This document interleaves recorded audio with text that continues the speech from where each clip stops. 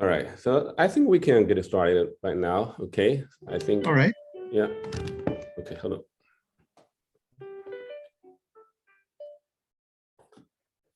All right, so yeah, so Daniel, I mean, thank you for coming today. Yeah, thank you. As you know, we as a company have always been working to make the insights and the knowledge available to the public, to help them to receive the best education in the United States and in the United Kingdom as well. Okay, and we, as you know, we recorded online English language learning lessons.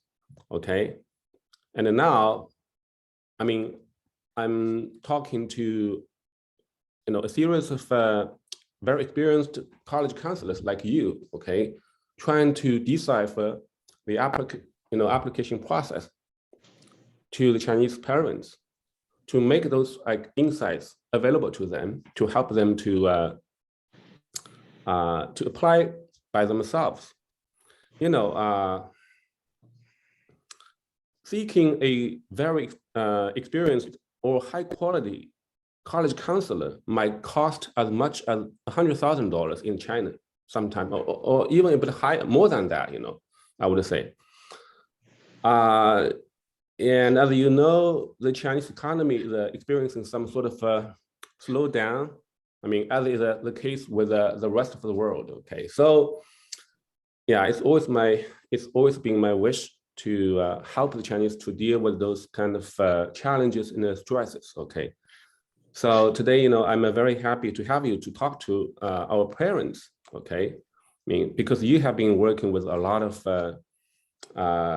people, like not only the American applicants, but also Chinese students as well, right? So yeah, I hope you can share some of your insights today. Okay, so why don't we start by you introducing yourself briefly, including your educational and professional experience, and also, if possible, like highlighting your experience for working with Chinese students in particular.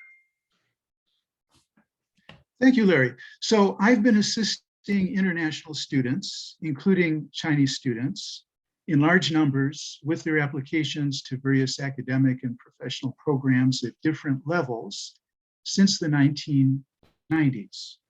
So I've been working with Chinese students professionally on their application essays for about 30 years now. Mm-hmm. My master's degree from Harvard is in East Asian Studies with a concentration in Chinese studies. Wow. Much of my doctoral work later at Berkeley also related to sinology.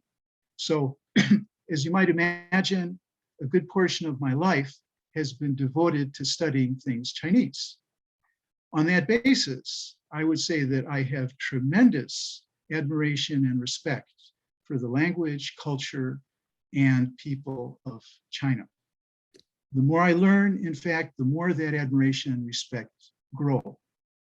My overall impression of Chinese students is quite positive.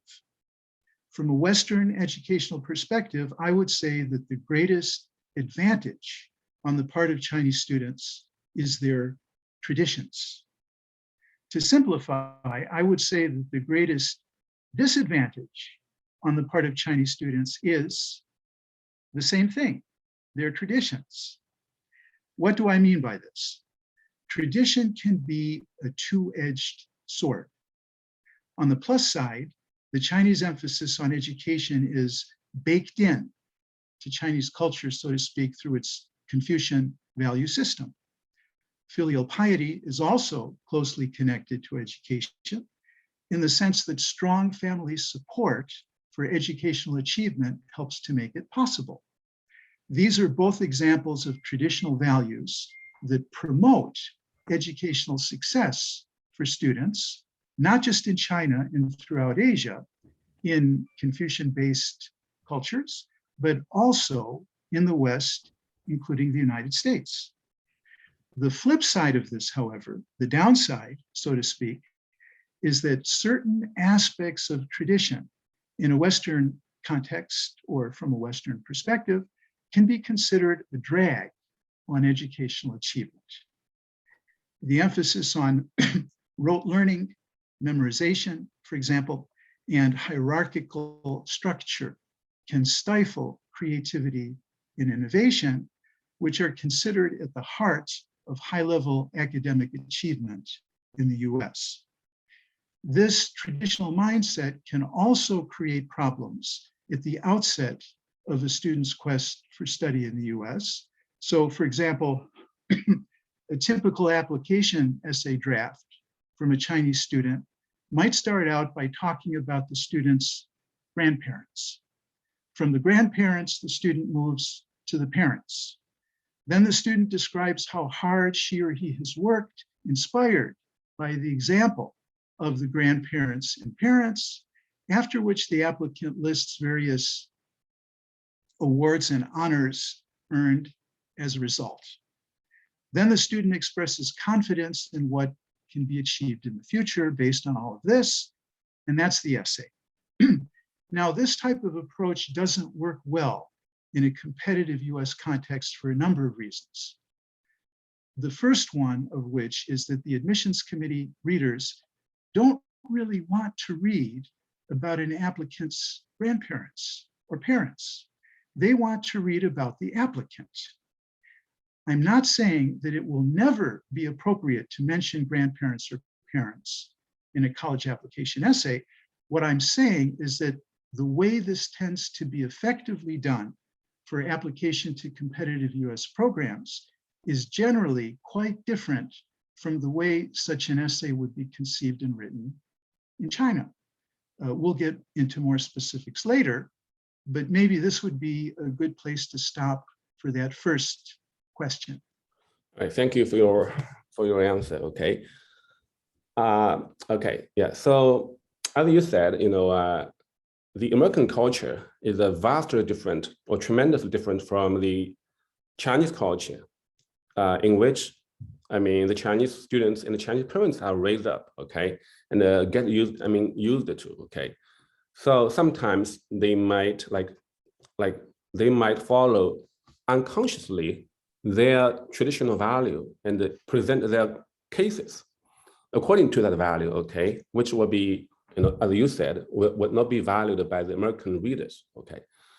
Yeah, this is a very typical pitfall the Chinese parents and the Chinese applicants should try to avoid, okay. So, yeah, so speaking of the American college application, we all know that the American college or universities adopt a very distinctive or very unique so-called holistic review, right? Which is vastly different from the Chinese Gaokao, admission process, which is basically only look at your Gaokao score, right? So, according to your years of experience and observation, what do you think make a strong application, or what are the core elements that make an applicant stand out? So I'd say that a strong application is, first of all, consistent. This means that all parts of the application are coordinated and of similar quality. Because an application package to a particular school, for example, might involve a main essay, several supplemental essays, an activities list, and possibly a resume, maybe even some portfolio items, depending on the nature of the application. This is in addition to the student's academic transcript, grade report, in other words, and any test scores that might also be either required or optional. When the time comes to put the application together, you usually can't do too much about your grades or your test scores, but the essays and other items I just mentioned are within the applicant's control. Sometimes the student will devote a lot of effort to the main essay, but not so much effort to the other essays or activities lists, believing that they are not as important and therefore don't call for the same level of effort. The problem with that approach is most apparent if you put yourself in the place of the admissions committee members who are going to be reading through the applicant's materials. Quite a strong main essay, they might think. The other essays Not so good, however, in the activities list does not appear to have been composed at the same level. What are the admissions committee readers going to think about this? They might wonder whether the different pieces were written by the same person. They might wonder why the applicant didn't expend the same level of effort for all parts of the application. They Right. might doubt that the applicant is capable of doing the same quality of work on different parts of the application. They might wonder about the applicant's attitude and sincere interest in the school or program. If readers think any of these things, that is not going to work to the advantage of the applicant. Most likely, in fact, it will work to the disadvantage of the applicant. So the first most basic rule for a strong application is that it be consistent in terms of all the parts over which you have control. This may seem obvious, so why do I mention it? I only mention it because I see so many applicants committing this mistake year after year. They put a lot of effort into the main essay, but not so much into the other parts of the application package, thereby diminishing their chances of acceptance. Now, beyond the need to be consistent in terms of the different parts or pieces of the application package, an applicant is best served by having a story or narrative, as we often say, that pulls together the various strands or pieces of the student's life to show how everything fits together, how everything makes sense. Take as an example, a student who enjoys playing a musical instrument, but wants to major in computer science. Rather than present these interests as completely unrelated parts of the student's life, it would probably be to the benefit of the student to articulate some kind of story as to how they relate to each other. For example, the student may have been involved in some way in the application of computer science to music. In this way, the image of the student moves from scattered to focused with the type of interdisciplinary approach that schools tend to find very appealing. These are some of the main points relating to what makes for a strong application. I think we'll touch on more later in the discussion. All right. Thank you. So yeah, so next we are going to talk more about the essays, okay? I mean, you know, as we all know, I mean, the Americans like people to write essays, right? They like to conduct interview and they also want you to write essays, okay? So yeah, I mean, it's essentially the hallmark or the distinctive feature of American college application process. I mean, this is a very different, I mean, the American college application process is very different from that, I mean, the from applying for British colleges, you know. When you apply for British colleges, you know, you basically, you state your, like, I mean, you make a case for why you want to study this and that. You normally don't write about your personal story, okay? But when you apply for American college, as you said, we have to make a narrative, okay, to showcase what kind of person you are, okay, what kind of a personal character you will bring to the community, okay. So, I mean, in this perspective, you know, the essay is a really important piece. I would say the core piece for your application, particularly when your high school transcripts and your test scores are already like all set, okay. You cannot do anything about it, okay. So, all right. So what are, I mean, what do you think, or let me ask more specifically. So what is the role of essay in the admission process? I mean, can you give us some sort of like quantitative, like weight, like, I mean, how important the essay is to getting accepted into the top colleges, okay? And do you think like a very strong essay can help a applicant who has just a mediocre or just like average academic credential to win over another applicant who is very strong in academics, you know? Yeah. Yes, you've made some excellent points. And I think it's worth mentioning here that top US schools routinely reject hundreds of applicants with perfect test scores and perfect GPAs, meaning grade point averages, while at the same time accepting other students whose GPAs and test scores are not perfect. Usually what the accepted student with the lower GPA and test scores had was, as you alluded to, superior essays. That's why a New York Times article in 2011 stated that competitive colleges give more weight to the essay than the GPA. In other words, one writing assignment is more critical to a high school senior's chances of getting into many top colleges than his or her average grades from 4 years of high school. Factors like recommendations from teachers and guidance counselors and extracurricular activities trail far behind. That's because elite colleges are flooded with qualified applicants. So the essay suddenly becomes meaningful because it becomes a tiebreaker. Yeah. That's what the article stated. But in reality, those of us who work in the trenches know that these college application essays can be more than just a tiebreaker.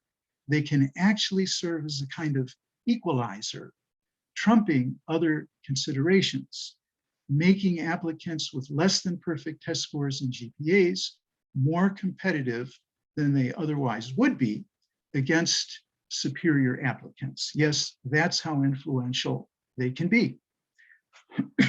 On many occasions, I've worked with students in the US whose college counselors at their high schools have told them that they are not a good fit for particular programs to which they want to apply. And ultimately, after working with me, the student gets in.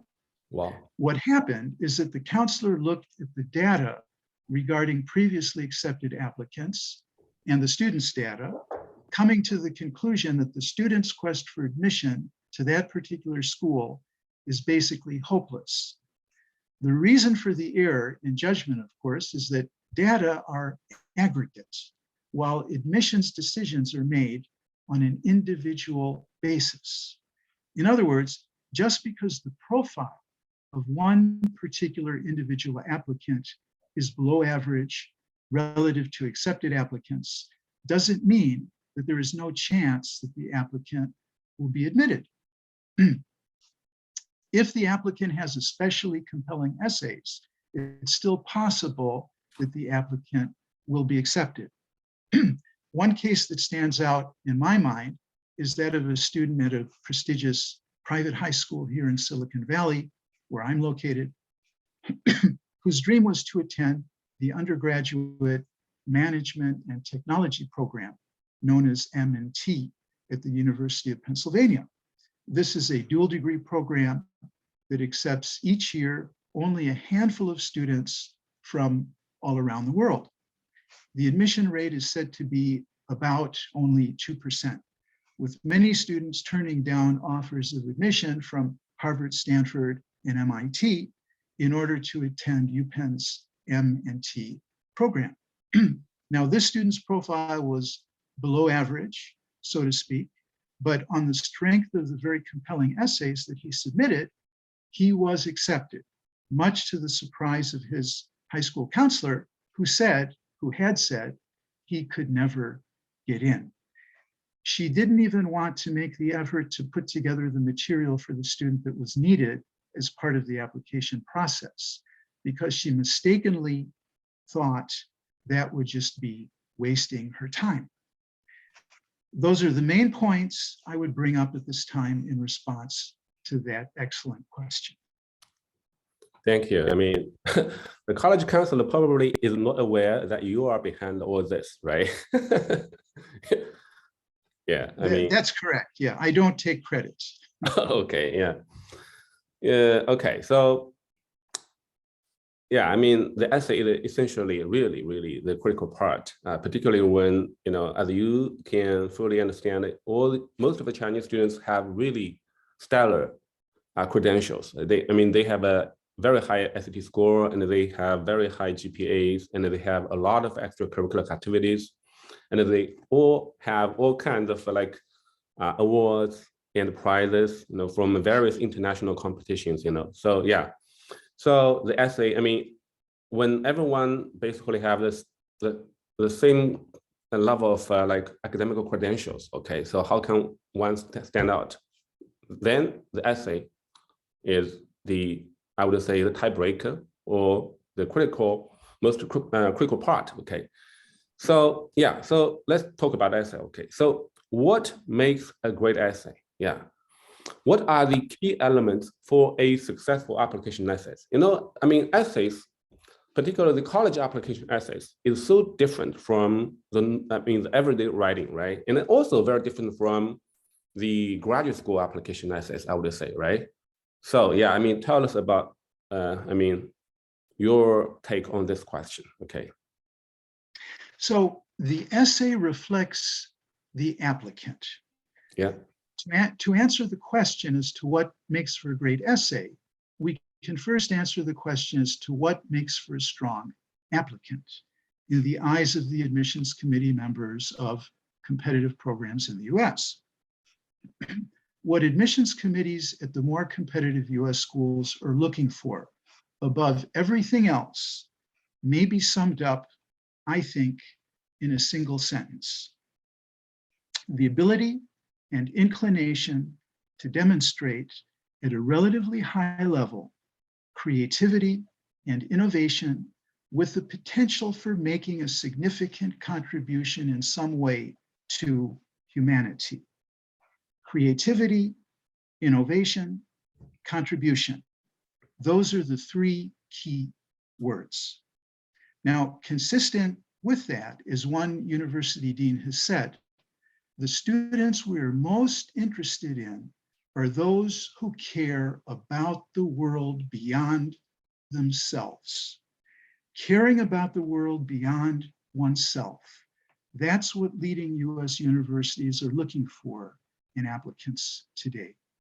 That's a major factor in whether the essay impresses them positively, because there are different types of prompts, meaning the instructions for the essay.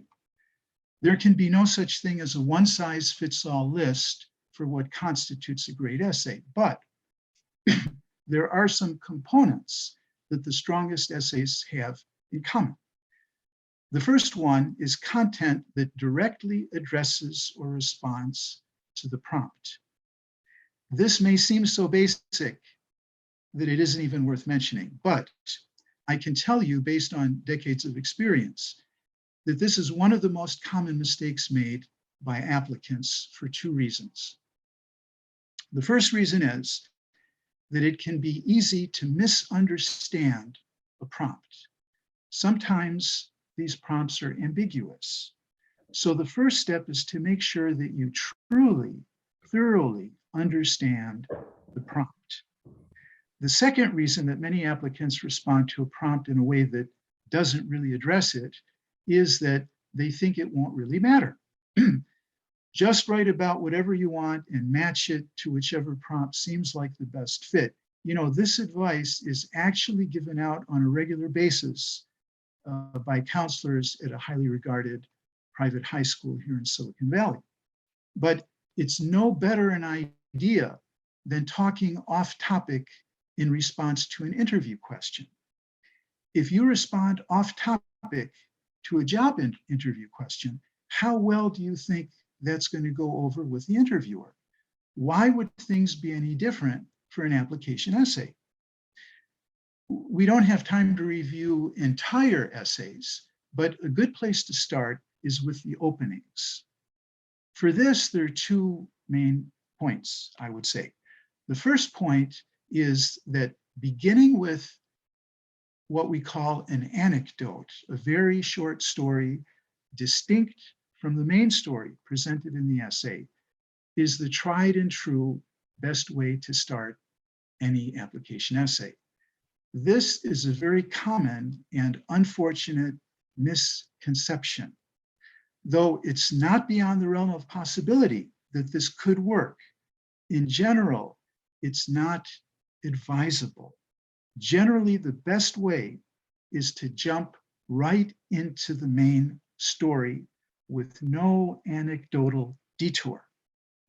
To understand this, you have to put yourself in the place of the admissions committee readers.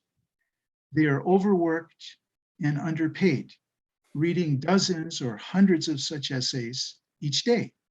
The last thing you want to do is annoy them with a trite anecdote. Instead, what will work to your advantage is to draw them into your essay with an irresistible opening. In other words, make your first sentence so interesting that the reader feels compelled to read the story. But of course, be sure to deliver on whatever promises are implied. Don't tantalize the reader with something that you never ultimately deliver on. Take this opening sentence, for example. After losing 10 elections in a row, I was faced with figuring out how this could possibly have happened to me. Now, why do I say this is such a strong lead? It's unique, it's bold, it's authentic. It immediately grabs the reader, pulling the reader into the story. This was written in response to what I call the failure prompt, the one that offers the student the chance to describe some failure in life and what was learned from it. Most applicants are afraid to write about failures because they think it will make them look bad. But what's important from the perspective of the admissions committee is, first, the applicant's willingness to be candid, to admit to failure, and second, to introspectively reflect on what was learned from that failure. When a student does choose to write a failure essay, it's almost always about failing to get a top grade or failing to win a competition of some sort. To a committee reader, that is boring. It lacks creativity, and it doesn't depict the applicant as being concerned about the world beyond himself. The best essays tend to be counterintuitive rather than formulaic. By that I mean the best essays are built on storylines that surprise you. Here's another example of what I consider a great opening. There's a Common App prompt that's been around for a long time now. It goes like this: describe a topic, idea, or concept that you find so engaging that it makes you lose all track of time. Why does it captivate you? What or whom do you turn to when you want to learn more? That's the prompt. This applicant's essay started with this simple 6-word sentence. It all started as a joke. That's another example of an irresistible opening. It immediately grabs the reader. There's no way that you're not going to be curious about what's in that story, right? And you've probably never read another essay that starts out like that among all the hundreds or thousands that you've been through. This essay goes on to tell a fascinating story about how the applicant got involved accidentally in the study of mold and fungus, formerly known as mycology, M-Y-C-O-L-O-G-Y. And he goes on to describe in fascinating detail the many interesting things, including life lessons that he has learned so far through his study of mycology. He mentions, for example, how brainless slime mold can grow in a pattern exactly resembling Tokyo's subway system. in response to oat flakes arranged in the pattern of Japanese cities. After you've read that essay, you're completely convinced that the subject captivates the applicant to the point that the study of mycology makes him lose all track of time. And I'll bet you that in the history of the Common App essay, this is the only one that's ever been focused on mold and fungus in this particular way. So I think I've gone on quite a bit with that response. Maybe I should stop here and let you continue with your Well, questions. Fine. I mean, you made such a great a presentation on this topic. I was really captivated by your story. Okay, by the example you talked about, you mentioned. Yeah. So let's talk a little bit. Let's get back to the Chinese applicants. Okay. So I have been working with a lot of Chinese applicants, and you should also have been working with a lot of Chinese applicants too, right? So what do you think, what do you see as the most common problem or pitfalls with the Chinese students' application essays, okay? So they can try to avoid making the same mistakes, yeah? I would say that probably the most common problem relates to what was just discussed. The mistaken belief that in order to maximize chances for admission, the applicant must present himself or herself as either perfect or close to perfect. College is supposed to be a learning experience. Failure is part of the process of learning. Schools are interested in applicants who have demonstrated the willingness to experience failure, the maturity to acknowledge failure, and the intelligence to learn and grow from it. Schools are not nearly as interested in robots, regardless of how impressive some of their accomplishments may seem. Robots do not win Nobel Prizes. Let me say that again. Robots do not win Nobel Prizes. Yeah. By that I mean accomplishments at the highest level generally involve a level of creativity and innovation of which robots are not capable.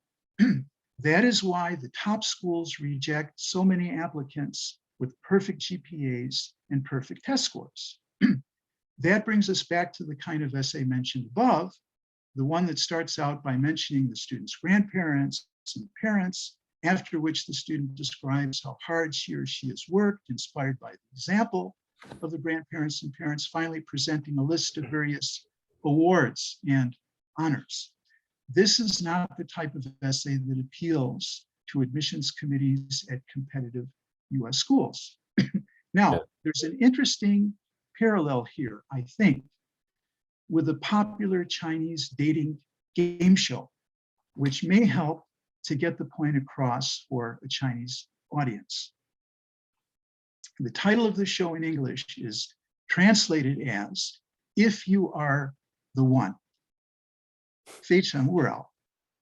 Are you familiar with that show hosted by Meng Fei, Larry? Yeah, I've heard of it.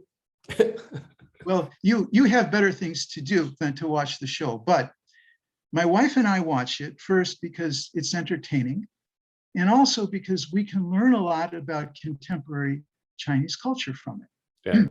Now, if you pay close attention to the dynamics of the show, you'll see that a very large percentage of the young men, obviously Chinese young men, with the exception of the occasional non-Chinese, who go on the show, make the same mistake with the way they present themselves there as they do with the way they present themselves on college applications. Basically, as robots. Yeah. Stiff, perfectly functioning robots, not capable of ever making any mistakes. And so many of them end up losing, so to speak, leaving without a match after all 24 young women push their lights off. Niedang, as they say on the Right. show. Right? So why does that happen? Well, I haven't compiled any formal statistics on the show, but based on my observation, the young women on the show don't like robots any more than admissions committee members at US colleges do. I would bet you that if you were to do a formal content analysis of that show, you would find that the men who present themselves more as real people with imperfections and less as robots end up getting matched significantly more frequently than the perfect robots do. So there's a logic to this that transcends cultures and contexts. Yeah. It's But yes, but I can talk to you about specific numbers as well. 95 versus 5, for example. Having now assisted with these essays for decades, I can tell you that over time, close to 95% of all essays recycle the same set of topics, concepts, and ideas. How much possibility do you think there is to stand out if you are a member of this club, so to speak, the 95% club? How much better will your chances be if you are among that elite 5% that presents itself as different in a positive way? Of course, your chances will be vastly improved. Whatever concept you work with must be suitable for the medium in which you're working. A brilliant idea is only suitable if it lends itself to the context of a short personal essay. And we always want to keep the profile of our readers in mind. So if your idea involves highly technical, specialized information that cannot be presented clearly and concisely to the kind of non-expert likely to be on the admissions committee, then it's not suitable for one of these essays. At the level of applications to graduate and professional school, the situation can, of course, be different. Have I answered the question to your satisfaction, Larry? Yeah, sure. Yeah, I mean, I fully concur with you, and I also want to supplement with some of my personal observation. You know, I found one common mistake the Chinese students or Chinese parents as well, you know, would make in present themselves is they are always too anxious to present various strengths or advantage of their personal profile. For example, in one particular essay, they want to showcase their leadership, they want to showcase their sense of humor, they want to showcase their academic promise, they want to showcase everything. So at the end of the day, I mean, I guess the admission officer might feel a little bit confused as to what to make of that essay, you know. I mean, literally, I mean, the student is wow, he's so perfect, right? As you said. So yeah, I mean, you don't have to be too anxious to present everything in one piece of essay, okay? Normally, I would advise applicant to focus on one point, okay? Just one point, one core message when you write an essay, okay? Certainly, you can use different piece. Maybe you can use supplement essay, or you can use your recommendation letters to showcase the different aspects for your personal profile, okay? But I mean, normally in one essay, you should have a focus, a very clear focus, okay? All right, so yeah, we have been talking a lot about, I mean, the essays, okay? And you know, actually, I have been writing a lot. I have been writing a lot through our public WeChat account. I mean, the importance of application essays, okay? The question is that, you know, a lot of Chinese parents might wonder, I mean, how to write a killing essay, okay? I mean, so what, I mean, I know you have a lot of experience for working with like applicants from both China and the US, I mean, applicants from a various family background and from a very different school background, okay? So what is your normal approach of, say, I mean, working with them to come up with a really great essays?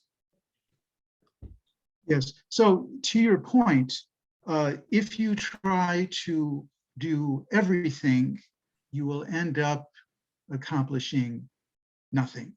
But the best approach to writing winning essays, I think, is one that is methodical and systematic. Those are the two key characteristics, methodical and systematic. The biggest mistake most people make, both Americans and Chinese, is to start writing before they are really ready to write. Writing is actually one of the later steps in the process of producing a good essay. I approach it in terms of a 10-step formula. The first step is to thoroughly understand the prompts, meaning instructions or questions. The second step is to conscientiously brainstorm possible ideas. The third step is to formulate some kind of clearly articulated thesis statement or core idea that will be at the heart of the essay. The fourth step is to construct a preliminary outline or framework. The fifth step is to add what we call bullet points, main points, in other words, to the framework. The sixth step is to flesh out the points into complete sentences. The seventh step is to edit for transitions and flow. The eighth step is to receive and process feedback or reflect on the draft. The ninth step is to make revisions on the basis of the feedback or reflection. And the 10th step is to repeat steps 8 and 9, checking for length, because all of these essays have limits, either character space or word limits. One reason that it's so important to follow a methodology like this is the limited number of words or character spaces that are allowed. With those strict limits on length, you have to make every word count. Also, you have a limited number of seconds, not minutes, but seconds, to grab the reader's attention and keep it until the end of the essay. Successful applicants tend to come across in their essays as being thoughtful, mature, introspective, curious, and likable. In addition to following this 10-step methodology, I also have the applicant create a chart or table that identifies all the programs to which they plan to apply and various information relating to those programs, including the prompts. In other words, all the prompts are contained, organized in a single chart. That helps immensely to plan out the process, because it's important to see how those individual prompts for different schools relate to each other. There will be a certain amount of overlap between the prompts. Seeing them all together, side by side, helps determine the best order in which to write the essays. Of course, deadlines are also a factor in choosing that order. Now, it's perfectly acceptable to use material written from one school's essay for another school's essay, as long as it doesn't appear that your material for any given school is recycled from somewhere else. Of course, you don't want to have much overlap between different essays for the same school. It's fine to repeat or reinforce a point here and there, but you don't want to go too much beyond that. There are actually two other things I do before executing the 10-step methodology I just described. The first is that I give the applicant a list of items I'd like to review. including, for example, the student's transcript and activities list. I review those on my own time before the first meeting, so that when I do meet with a student and possibly a parent, we're not strangers. I don't have to spend time asking what courses the student has taken, what grades were received, what activities the student has participated in, and so on. I already know all that, and I've given it some thought. I usually come up with some ideas in the process of doing that. The second thing I do before executing the 10-step methodology is to take the student, possibly the parents, if they're joining in, through a kind of mini boot camp about college application essays. I show them examples of strong essays, at least sections of those, and I discuss with them what makes those essays compelling. The boot camp session includes some other things that I won't go into here because we don't have the time to do that, but those would be the main points that I would call attention to in response to that question. Excellent. You know, actually, I did the same thing as you did. You know, sometimes I would show the applicants and the parents. I mean, some of the successful essays I have developed with my previous students. Okay, and many times they will feel, wow, I mean, they didn't realize, okay, this could be a very good essay topic. They didn't realize this. Okay, so I think maybe it's a personal, I mean, it's a subjective, but I think, brainstorming stage is probably the most important stage in the whole process, because finding the right things to talk about, to write about, is way more important than writing beautifully about nothing, right? So, yeah, I mean, as a counselor myself, I definitely spend a lot of time brainstorming with the parents and the students as well, and I hope our parents and the students can do so well. Okay. All right. Okay. So let's talk about a very interesting phenomenon that's taking place nowadays in college application. I personally, I've heard of a lot of story where the Chinese students fake themselves to be like transgender or gay or lesbian, I mean, I mean, in order to get into the mission, get accepted by those most elite colleges, okay? And in most cases, they succeeded, okay? Because as you see, the American colleges, particularly those elite schools like Columbia, like Harvard, like Brown, are extremely liberal, I would say, progressive, right? So, I mean, what is your personal opinion? I mean, when you hear that a lot of the students will fake the identity to cater to this kind of extremely liberalized admission committee.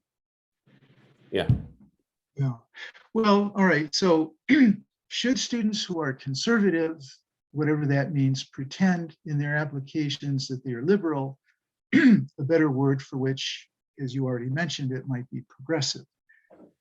The simple answer to that question, I think, is no. But I think it deserves to be mentioned that the question itself is at least somewhat misleading. College essay prompts at the mainstream schools don't ask for political opinions. Now, the element of truth that is contained in the question is this.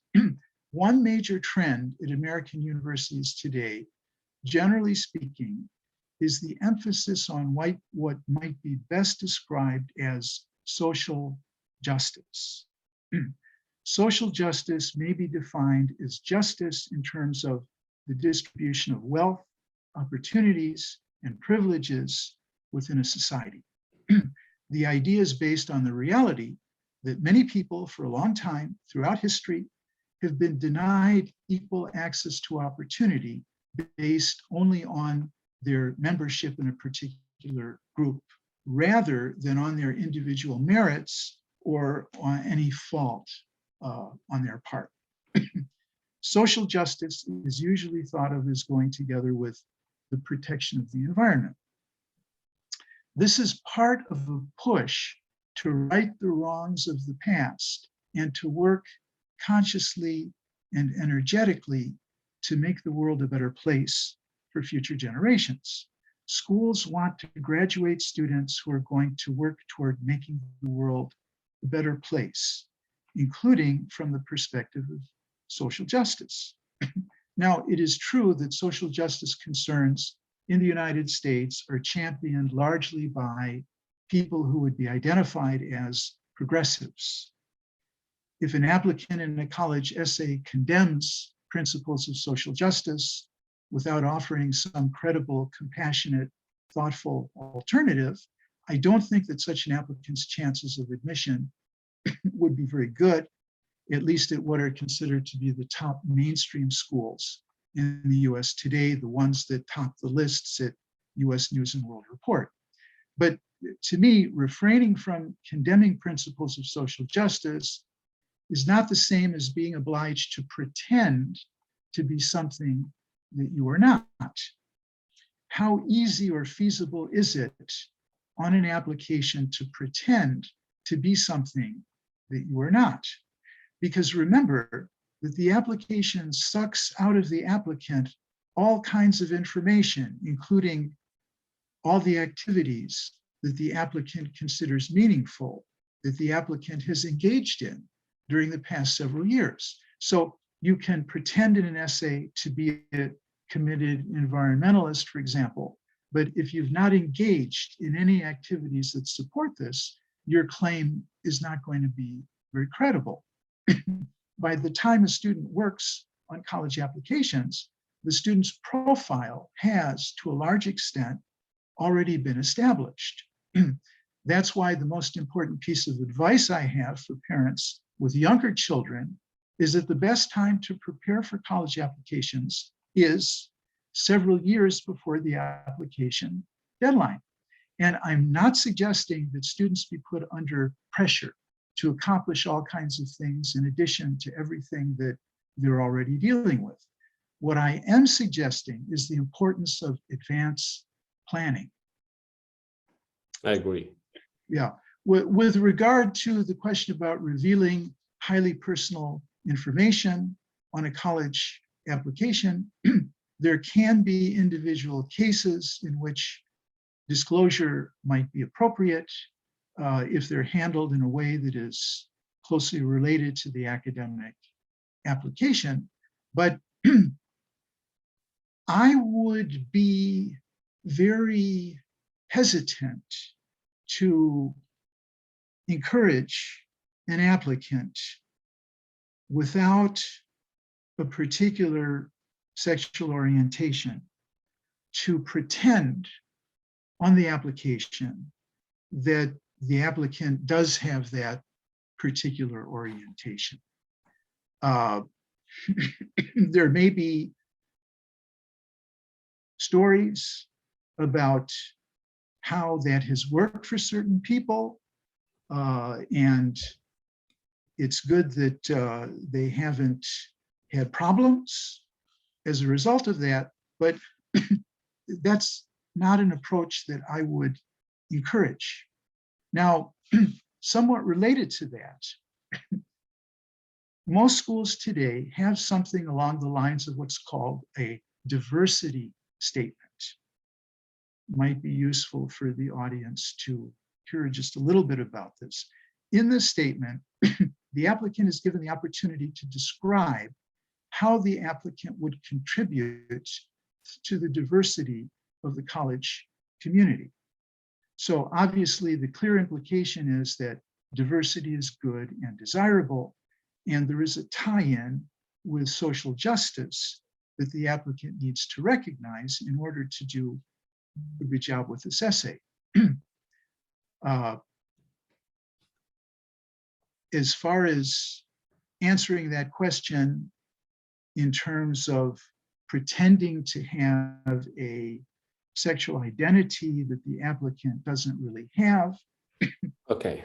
In my opinion, that's very risky. Aside from the ethics of the situation, I think it's quite risky.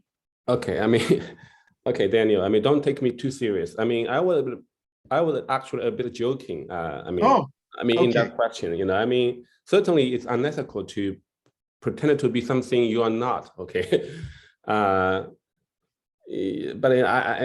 you know, Daniel, you may not know, you know, I am a Republican, you know, I'm a conservative, you know, I'm somehow a little bit concerned with the very extreme and very radicalized progressivism in many colleges, you know, as like in MIT, where a conservative scientist was canceled for his speech because of his political point of view. And I mean, this is a very sad for the freedom of speech in the college campus across the United States. You know, anyway, I mean, this is a way beyond the college application, but I do agree with you. You know, I mean, I agree with you that social justice is important. You know, we got a lot of a problem to deal with in the United States. The wealth gap. I mean, the polarization of social ideology. You know, I mean, look at the mess. The crime spikes in all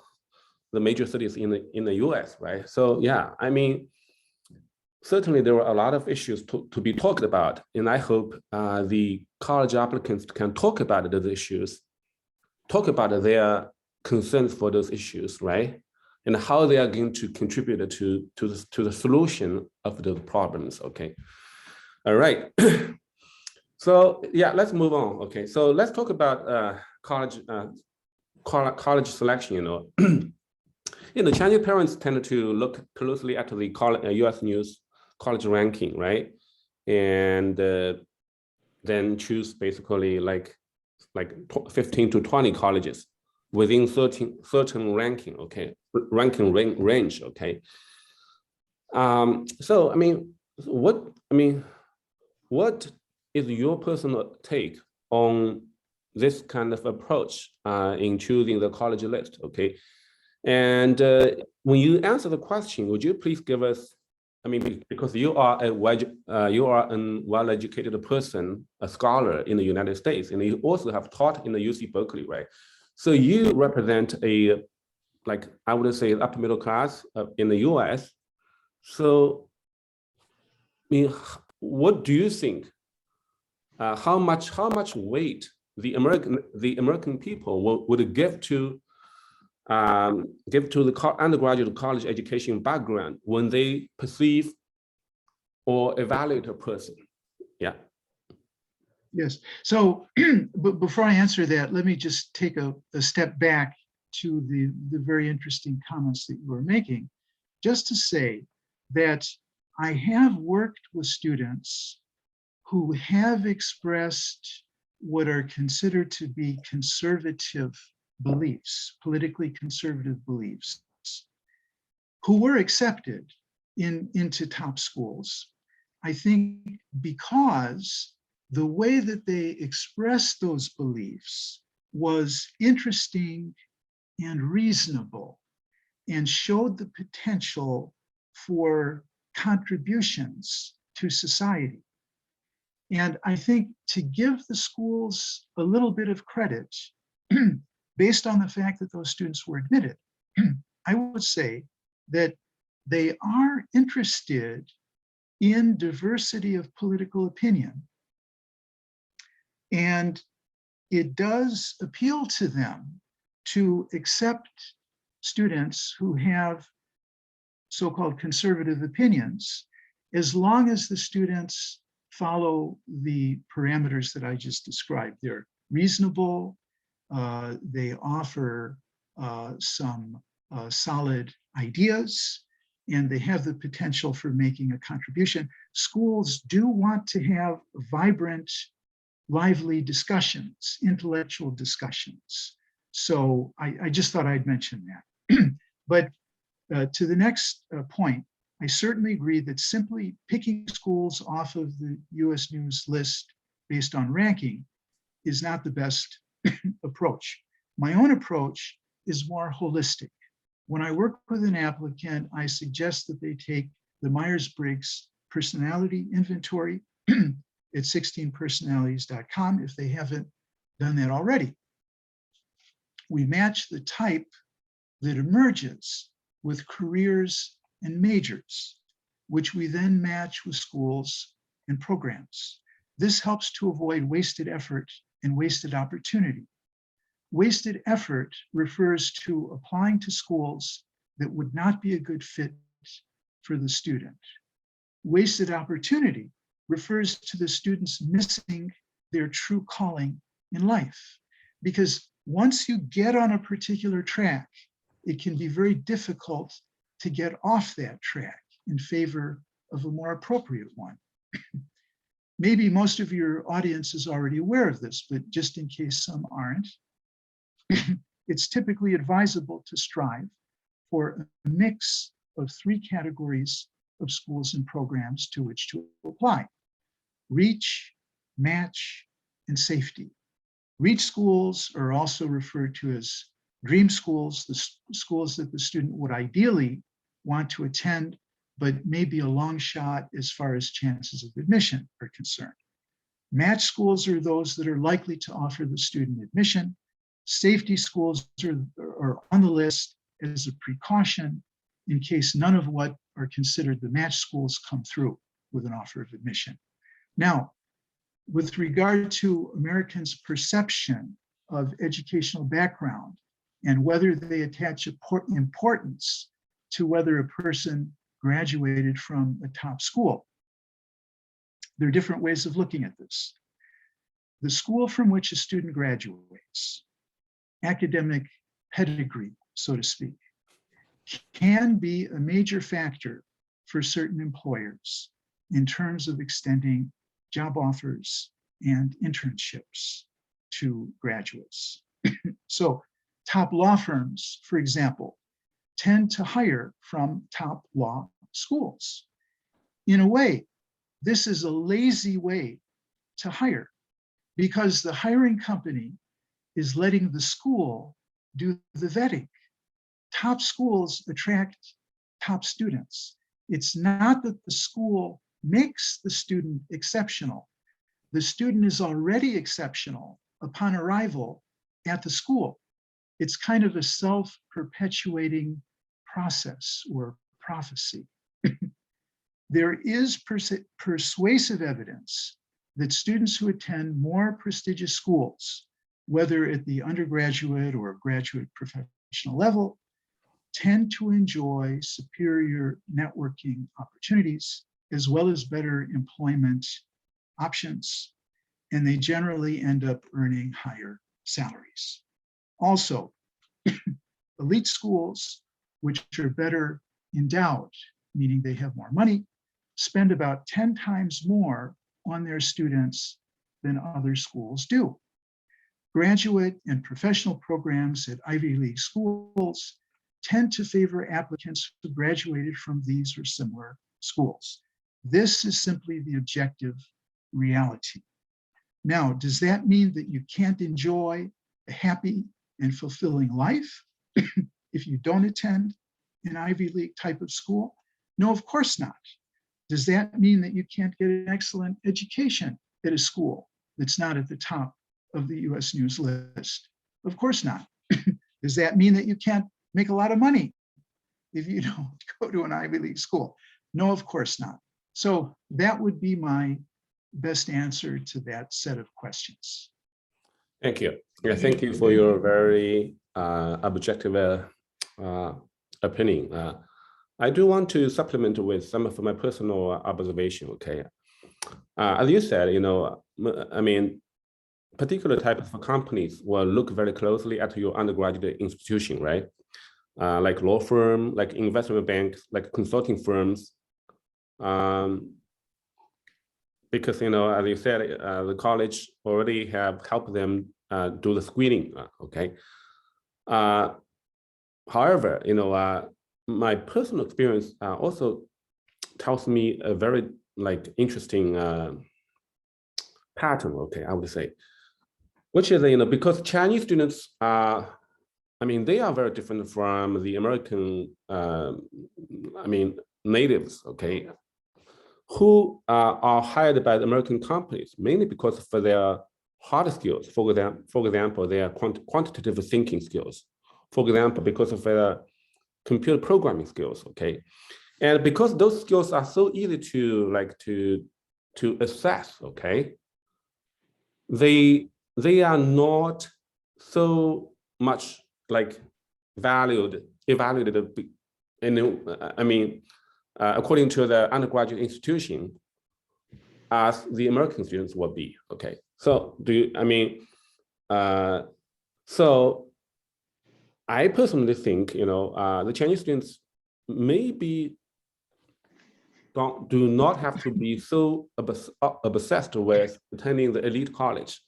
And particularly when you think about, if you go to the elite colleges, for example, like Harvard, you have to spend a lot of time studying those like history or art history, philosophy, English literature, even if you major in computer science.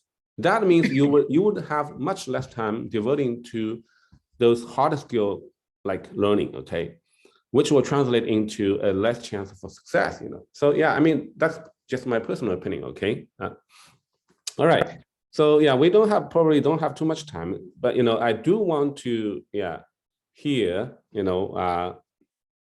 Daniel. So we have as I said, I want to help Chinese parents and students to make informed decision, help them to apply on their own. However, we also have to realize, having a college counselor might bring some advantage. Okay, so what is your personal opinion as to whether or not the Chinese applicant or parents should hire a college counselor in the application process? What do you think should be? If they want to have one, to hire one, what do you think should be the college counselor's role in this process? Yeah, sure. So first, I'd just like to say that I think you made an excellent point about the potential benefit that a Chinese student would have in terms of not being set on an Ivy League school, especially if the field is something like computer science. And that's an excellent point. And I'm really so glad that you made that. I think it's tremendously valid. So I just wanted to express my approval. Thank you. Yeah. So on the role of the college counselor, is it advisable for an applicant to work with a qualified consultant? If the admission situation is competitive and the applicant wants to maximize the chances of acceptance, the answer to that question, I think, would have to be yes. I would say that the two most important factors in identifying a consultant whose services would be most valuable are first, the consultant's amount of experience, and second, his track record. So just very briefly about length of experience, if you're searching for an attorney to represent you in court for an important case, the outcome of which is going to determine or have a major impact, at least, on the direction of your life, would you prefer an attorney with more experience or less experience? Of course, you'd want an attorney with as much experience as possible. So the logic, I think, extends to college counselors. Now, experience, of course, is only meaningful if there is a successful track record to demonstrate the effectiveness of the consultant, because just because someone has been doing something for a long time doesn't in itself necessarily mean that the person is good at what he or she is doing. So I think that's an important point. And then I would say that another factor, of course, it's a little bit modified in terms of what you said about Ivy League schools not being the best choice for computer science major necessarily, but a factor would be, has the consultant been able herself or himself to gain admission to good schools? That's usually, that at least speaks in the favor of the consultant. Mhm. So there are some other things I could say, but I know that we're running out of time. So maybe I should just hand the floor back to you at this point. All right, okay. I mean, I just want to supplement with a few words, okay? I ask you this question, Daniel, mainly because, I personally agree with you that, hiring, I mean, if we don't, if we exclude the financial aspect, okay, having qualified or competent college counsel is definitely to the advantage of the applicant for sure, But I mean, if we simply, if we are only concerned with the outcome of the application.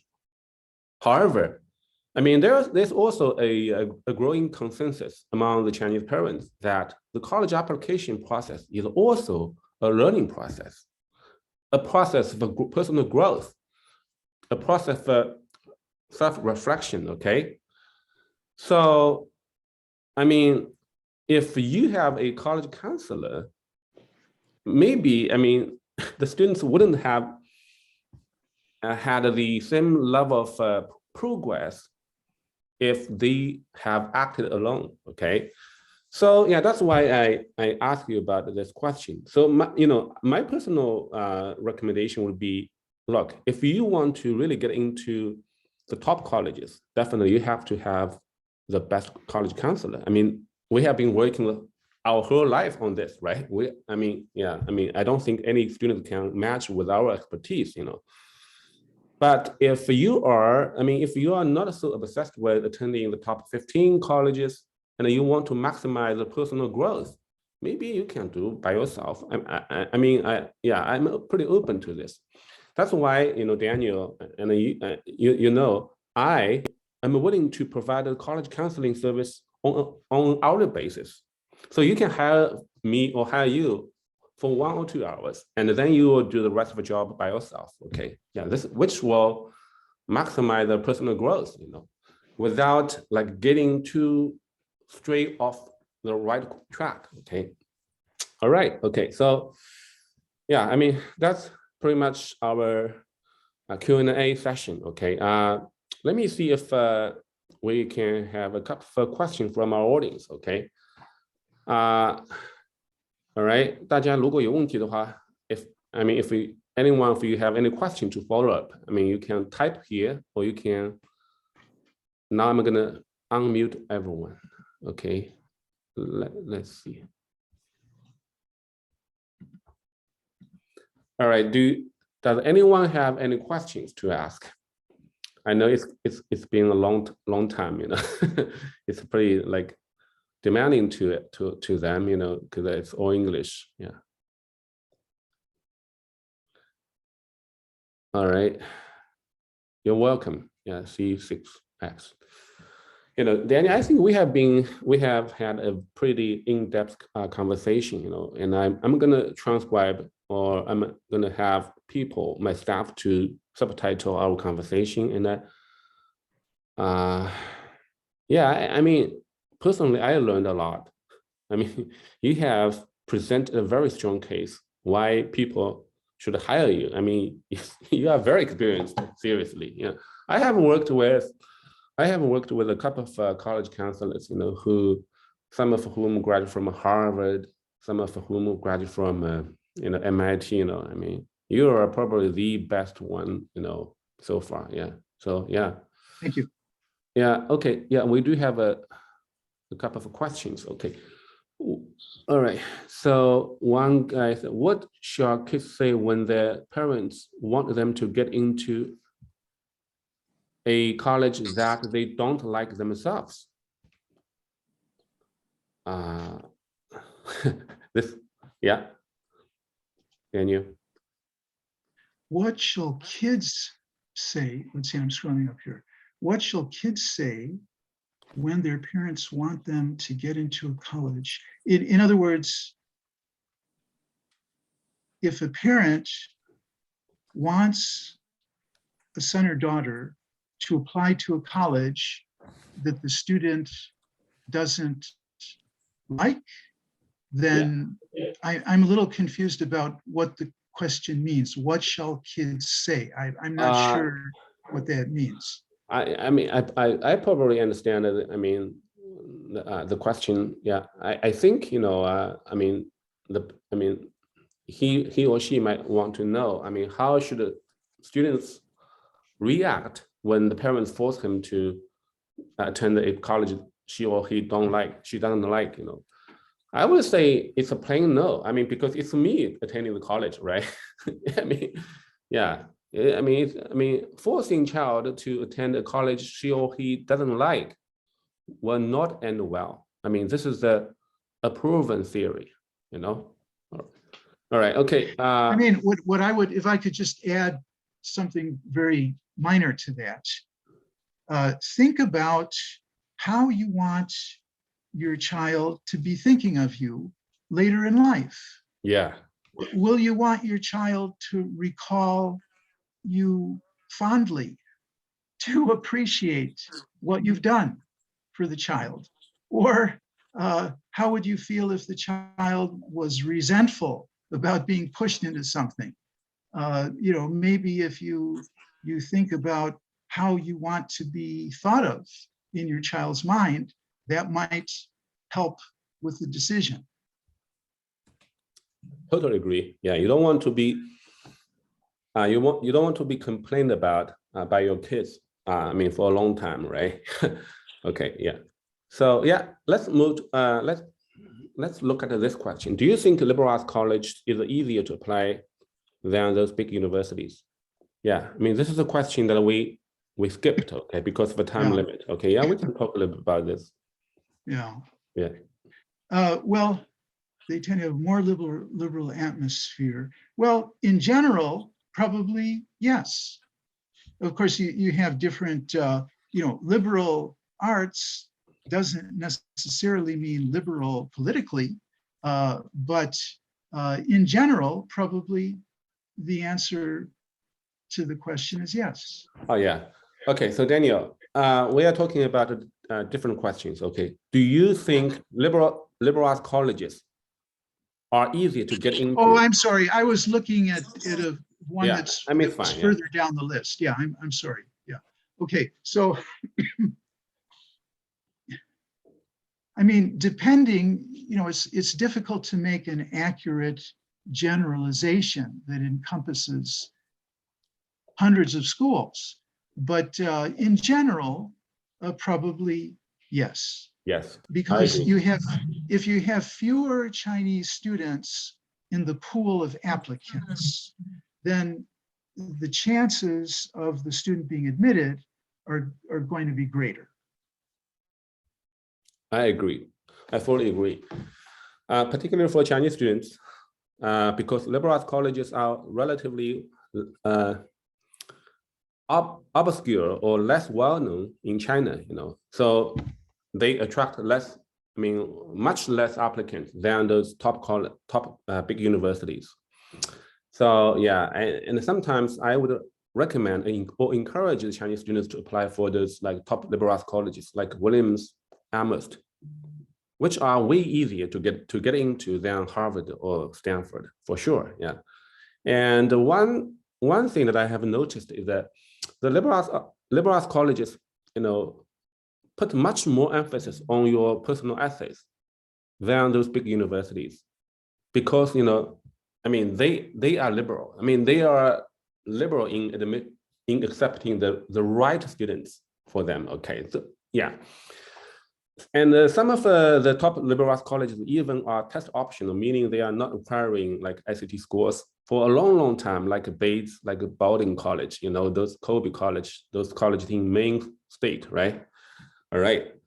Yeah, Mr. Larry, yeah, may I have a question to Dr. Berman? sure. Thank you. Dr. Berman, I have one question.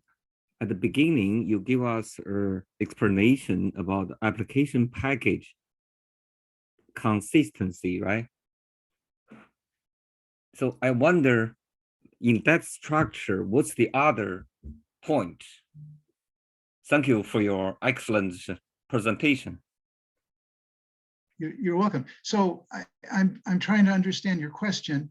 Aside from consistency, Yeah, in the what beginning, the presentation, you mentioned Yeah. the first priority in the application package is the consistency, right? So what's the others? Yeah, besides consistency, what are Yeah. the other important? It's supposed to be like structure, right? The number one point is the consistency, right? What's the others? It's fine. I'm just curious about that point. Okay. So yeah, I mean, Daniel, you know, let me transcribe his question. Okay.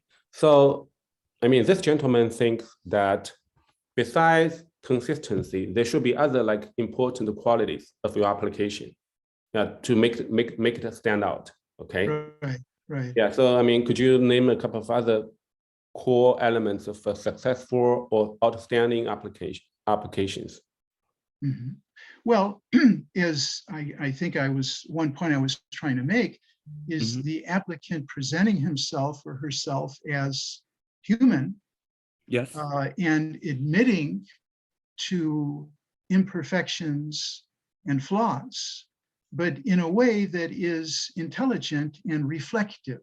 I think, I would say that being introspective, showing introspection is one of the most important qualities of these essays, because the schools are looking for students who have the ability to reflect deeply about themselves. In other words, to be introspective. Yeah. Okay. Okay. Yeah. I mean, I'm going to have a standalone a lecture on college application in a couple of weeks, maybe next week, maybe the week after next week. Okay. And I can talk more about this. Okay. Yeah, I have some sort of experience to share with as well. Okay. Okay. So, I mean, we want to take the last question. Okay. Daniel. So here we got a pretty interesting question. Okay. So, so 1.1 essay, I agree, but how to let the college notice other characters or characteristics? I mean, I see. 1.1 essay. Well, I think what you were trying to say, Larry, if I might make a presumption about that, you were trying to make an argument for focus. Yeah. That an essay needs to have focus, and that corresponds to what I was saying about having a core idea or thesis argument for any essay, whether it's a Common App essay or a supplemental essay or whatever. Now, characteristics, focus doesn't mean that there's only one single characteristic. Focus will generally project a number of characteristics. When you're telling a story, for example, about yourself, usually, I mean, it's almost hard for me to imagine how there wouldn't be multiple characteristics that would be projected in the process of telling a particular story. So that would be my response to the question, if I understand it correctly. Well, I want to add a few words. Well, I mean, when you submit your application, I mean, you are actually submitting a whole set of documents, right? Your common application essays, your supplemental essays, your short answers, your activity lists, and also your counselor recommendation as well, right? I mean, you can assign, I mean, different qualities to different parts of this whole set. For example, I mean, normally I would discourage or dissuade my students or my applicants to brag about their academic like competitiveness. I mean, it's always not a good idea to talk about how good I am in academics.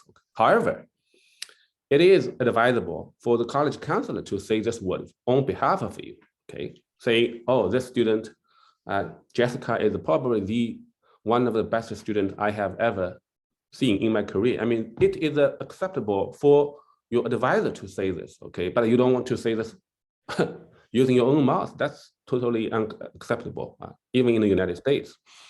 So, I mean, yeah, you can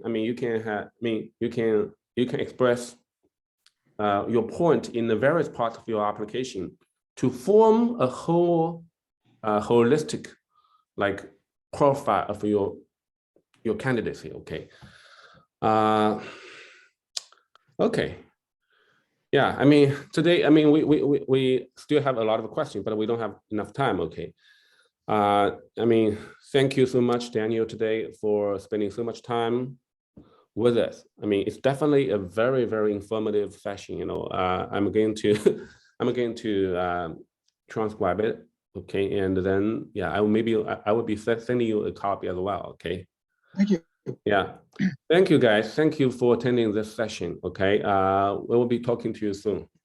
Bye bye. Have a great weekend. Bye. Thank you. Bye Bye. bye.